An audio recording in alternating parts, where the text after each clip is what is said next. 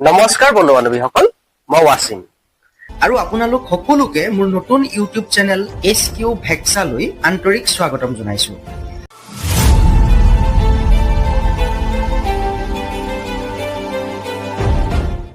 আপুনি কেতিয়াবা ভাবিছেনে আমাৰ অসম চৰকাৰখন আচলতে কেনেকৈ চলে? কোনে সিদ্ধান্ত লয়, কোনে বাজেট তৈয়াৰ কৰে আৰু আমাৰ বাবে নিয়মবোৰ কোনে বনায়? বিধানসভাৰ অধ্যক্ষৰ কামনো কি?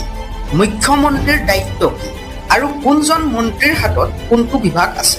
আজিকালি যিকোনো কম্পিটিটিভ এক্সামৰ বাবেই হওক বা এজন সজাগ নাগৰিক হিচাপে হওক, এই কথাবোৰ জনাটো বৰ প্ৰয়োজন।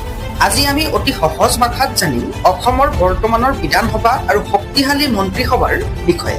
ভিডিঅ'টো একেবাৰে শেষলৈকে চাব।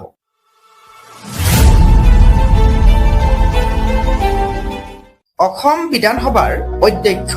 বন্ধু বান্ধৱীসকল, বৰ্তমান অসম বিধানসভাৰ অধ্যক্ষগৰাকী হৈছে মাননীয় ৰঞ্জিত কুমাৰ দাস। 2026 চনত তেওঁ সৰ্বসন্মতিক্ৰমে অধ্যক্ষ হিচাপে নিৰ্বাচিত। বিধানসভাৰ কেপ্টেইন বা এম্পায়াৰ বুলি ক'লে তেওঁকেই বুজায়। সদনৰ সকলো কাৰ্যসূচী নিয়ম অনুসৰি চলোৱা, শান্তি শৃংখলা বজাই ৰখা আৰু আলোচনা সঠিক দিশত আগবঢ়াই নিয়াটোৱেই হৈছে তেখেতৰ মূল দায়িত্ব। চৰকাৰৰ মুৰব্বী। অসম চৰকাৰৰ মুৰব্বীজন হৈছে মুখ্যমন্ত্ৰী। অসমৰ মুখ্যমন্ত্ৰী সন্মানীয় ডক্টৰ হিমন্ত বিশ্ব শৰ্মা দে। তেখেত চৰকাৰৰ মূল চালিকা শক্তি। ৰাজ্যৰ নীতি নিৰ্ধাৰণ কৰাৰ উপৰিও কেইবাটাও গুৰুত্বপূৰ্ণ বিভাগ তেওঁ নিজৰ হাতত ৰাখিছে, যেনে গৃহ বিভাগ, শক্তি বিভাগ, লোক নিৰ্মাণ, PWD আৰু তথ্য আৰু জনসংযোগ বিভাগ। কেবিনেট মন্ত্ৰীসকল আৰু তেওঁলোকৰ বিভাগ। আহক এতিয়া চমুৱাই জানো মুখ্যমন্ত্ৰীক সহায় কৰা তেওঁৰ শক্তিশালী কেবিনেট টীমটোৰ বিষয়ে। ডক্টৰ ৰণোজ পেগু। আমাৰ শিক্ষা ব্যৱস্থাৰ দায়িত্ব তেখেতৰ কান্ধত। বিদ্যালয় শিক্ষা, উচ্চ শিক্ষা, জনজাতীয় বিষয় আৰু তথ্য প্ৰযুক্তি IT বিভাগ তেওঁ চম্ভালে। অশোক সিংঘাল। স্বাস্থ্য মন্ত্ৰী। ৰাজ্যৰ চিকিৎসা খণ্ডৰ দায়িত্বত আছে তেখেত। স্বাস্থ্য আৰু পৰিয়াল কল্যাণৰ লগতে চিকিৎসা শিক্ষা আৰু গৱেষণা বিভাগো তেওঁৰ তত্বাৱধানত আছে।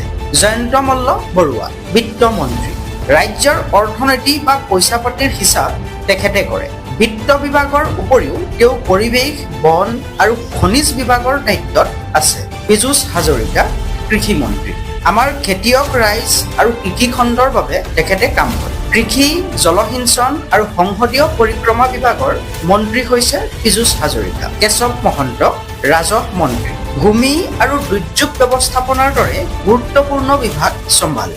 ইয়াৰ উপৰিও বিজ্ঞান প্ৰযুক্তি আৰু জলবায়ু পৰিৱৰ্তনৰ বিভাগো তেওঁৰ হাতত আছে। বিমল বৰা।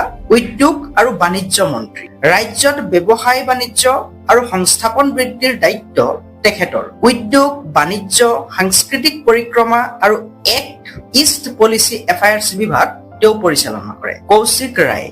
গ্ৰাহক আৰু নগৰীয়া উন্নয়নৰ দায়িত্বত আছে। তেওঁ খাদ্য, জনবিতৰণ, গৃহ আৰু নগৰ পৰিক্ৰমা লগতে সমবায় বিভাগৰ দায়িত্বত আছে। সুশান্ত বৰগোহাঁই। জলসম্পদ মন্ত্ৰী। অসমৰ বানপানী নিয়ন্ত্ৰণ আৰু জলসম্পদ সঠিক ব্যৱহাৰৰ বাবে এখেত দায়িত্ব।